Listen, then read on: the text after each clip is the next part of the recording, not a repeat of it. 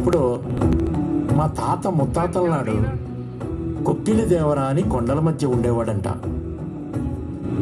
మేకల మందలు దారి తప్పినా, ఎనుముల గుంపులు ఎదురు తిరిగినా, నెత్తురు మరిగిన పులి ఎదురైనా నేనున్నానంటూ కాపు కాసేవాడంట.